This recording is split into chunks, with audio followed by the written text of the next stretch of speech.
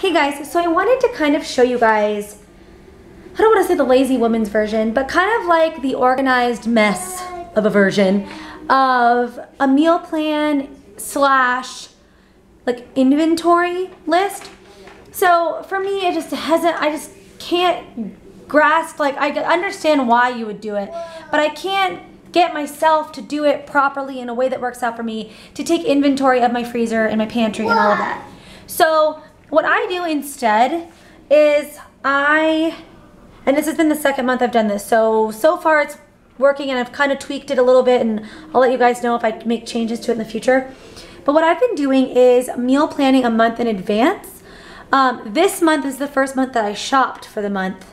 And I'm gonna just make like 1 or 2 supplemental trips along the way. But anyways, so I meal plan for about a month. And for us, when my husband is home, what that looks like is about 20 dinners out of 30 days. Because we have leftovers, some nights we just don't cook anything, we just kind of eat whatever, some nights we go out to eat. So that's about what that looks like. February is a shorter month and we're not gonna be here the last week, so this month is a little bit different, but same concept. So I go through and I don't necessarily pick specific dinners for specific nights until like the week before. Sometimes it still even changes. But I do list out, I shop for an amount of meals and I shop for like specific meals, and then I have them all listed out. Now that my husband's gonna be home, I'm also gonna be shopping for more breakfasts. Because if you guys have seen my what I ate videos, when my husband's not around and when it's just the kids and I really don't eat breakfast. I have like a coffee, I might have a pastry or something, but usually I don't even eat breakfast.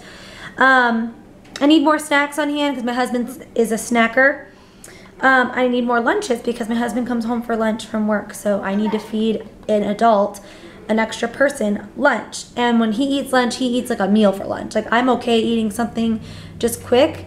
My husband needs a meal. So yes, so lunches, and then also I plan for desserts.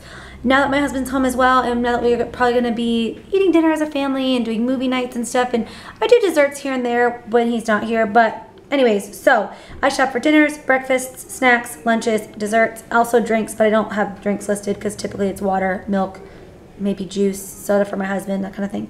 So this is what I do. Instead of taking inventory, I take an inventory of meals. And when I go grocery shopping, obviously I already know I have all the ingredients for these meals, okay? So, and this is what, whenever it comes mealtime, this is what everyone can pick from when they're feeling hungry and they want a little something to eat. This is the list that they get to choose from, and this is the best way to do it for my family. This is just the best way. And I'll let you know how my husband likes it when he comes home. But here it is. So you can do this typed out. I did it typed out last month, but I just finished this and I just did a rough sort of written copy of it, and I think I'm just gonna leave it like this. So here it is. This is for almost the entire month because, like I said, February, the last month we won't be here. It's also a shorter month, so there's a couple less meals than there normally would be. So I have dinners. So I know that I have gone grocery shopping and gotten all the ingredients that I need for all of these meals, okay? So these are dinner options. So I know, like in the morning or whenever I'm looking at what to make for dinner, I can come over here and go, okay, what do I have left that I haven't cooked up yet? And I can do check marks. These are breakfast options for both the kids and my husband and I. These are snack options. I need to add one more thing here because I bought some P3 like protein packs today, so I need to add those. Also, I have some Lunchables that I need to add to the lunch part.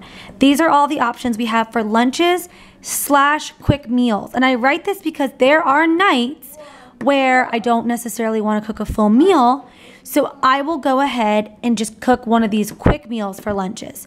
Down here I have desserts listed out. So what I do is, like I said, I've gone grocery shopping. I know that I have all of the ingredients for all of these meals all ready to go. And if my kids and my husband and myself are picking off of this list, I know that no ingredients are getting used up and that sort of thing. So that's that. What I also like to go in and do sometimes is I'd like to take a yellow highlighter and highlight the meals that have items that could go bad early. So like for the crunch wraps, I know that this has lettuce and tomatoes in it. I might want to use that sooner rather than later. Things like steak with the Hasselback potatoes. Potatoes don't go bad very quickly. Chili is a lot of canned stuff, not going to go bad quickly. Lasagna has ricotta, but ricotta usually lasts a month or longer, so I know I'm fine with that. Let's see what else. Corn fritters, those are canned corn. Shepherd's pie is canned items. There's crock pot mac, a lot of cheese, a lot of milk in that. Want to make sure I cook that before things go bad. That's pretty much it on here, I guess. But yeah, so I like to also use a highlighter and highlight anything that's got produce in it that could go bad before the next time I go grocery shopping. And I'll just highlight it. That way I make sure that it gets used, because yes, next time I go grocery shopping, I could go and get another head of lettuce, but I don't want that one to go bad that's in there. So I need to write salads and Lunchables here and a protein pack here. But yeah, so this is my sort of lazier way, and the way that works better for our house so far, of writing out snacks and that sort of thing.